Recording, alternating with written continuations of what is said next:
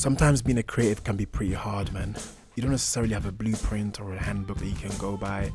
No one really tells you what the right steps are to take, what direction you should go, how to improve. It's literally just you and your creativity. Because maybe there isn't necessarily a right or a wrong way to do anything. And it feels like we're all just winging it. And after years of winging it myself, these are some of the most important lessons that I've learned.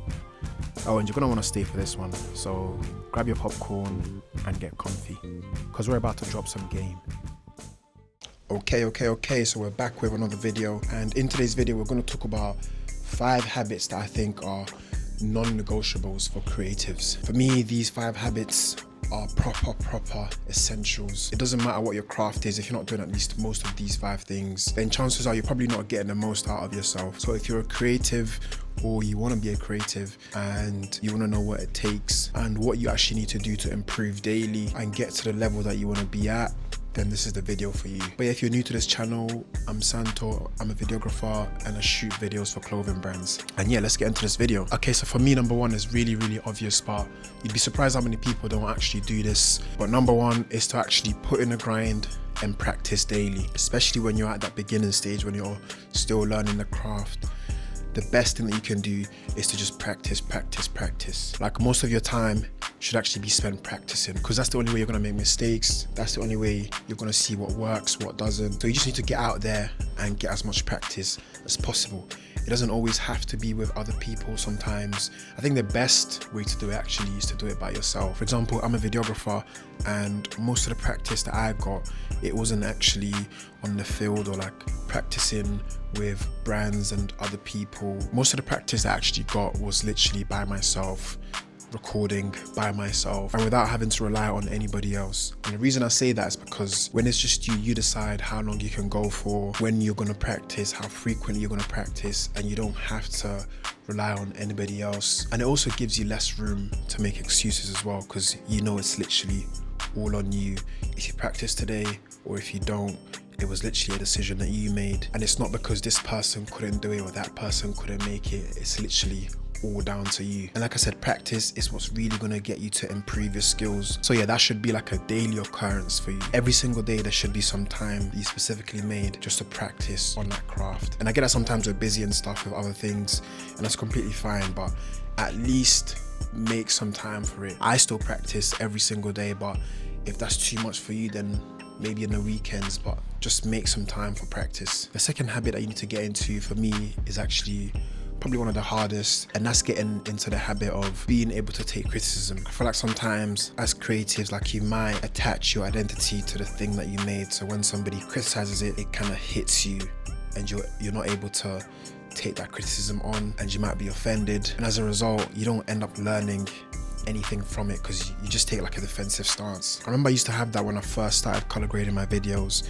and then somebody, either let's say it's somebody who I showed it to, or maybe somebody online might make a comment, might say, oh, like, that looks bad, or maybe the person I showed it to doesn't really like it and says it doesn't look nice or realistic or this or that. Back then it would kind of hit me. I think, rah, they really said that about the stuff that I make. But now that I think on it now, I only realized the mistakes that I was making in my color grading after people told me their opinions about it, after they gave me their criticism, their feedback.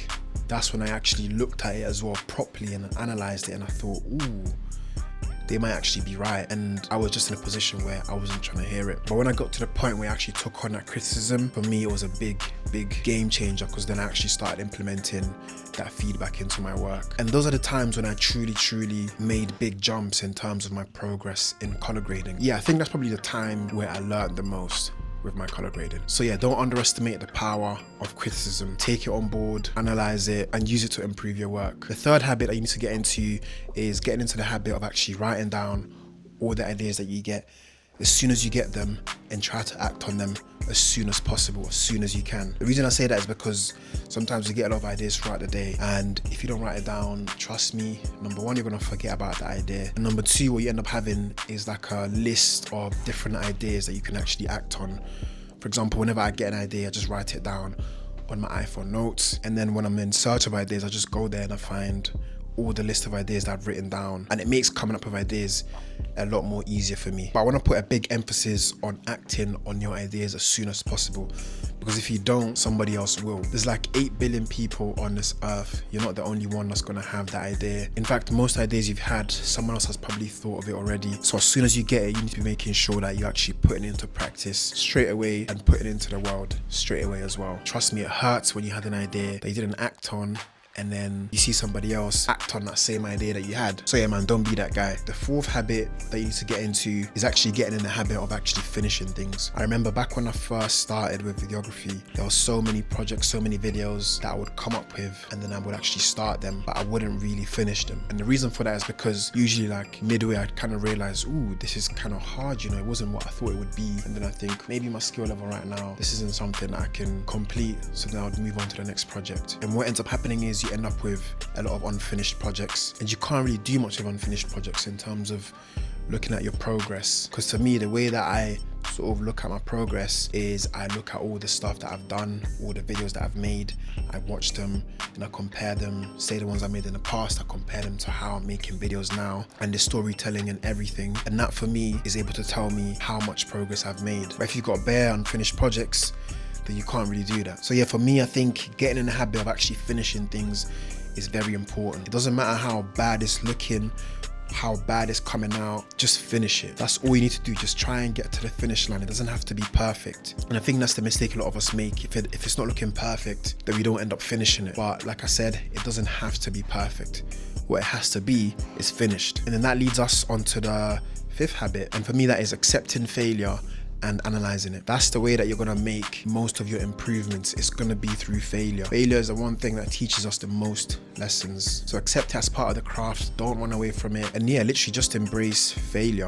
And when you do fail, try and learn something from that failure as well. That's literally how, not just with videography to be honest, that's literally how I learn anything to be honest. When I first started practicing cinematography and videography, whenever something wouldn't come out right, the only way that I actually was able to overcome it and improve it in the future was to actually look at the video and think about what is wrong with the video in that moment. Was it the exposure? Was it the color correction? Was it the color grading? Was it the story? There's so many mistakes that you're gonna make, especially in the beginning. So don't be afraid of those mistakes. Use them as fuel to get better. And trust me, you'll see your progress go from here to here if you do that. But yeah, I think for me, these are like the 5 essential habits that you need to get into as a creative. These are what's gonna get you from level 1 to level 10, 20, 30, whatever level, and overall what we all want to do, which is obviously to get better at what we do. So yeah, implement these habits and just watch your progress get better and better. But yeah, thank you very much for watching the video up until this point. I hope you found some value in it, and if you did, then you already know what to do. Like, comment, subscribe, and I will see you on the next one.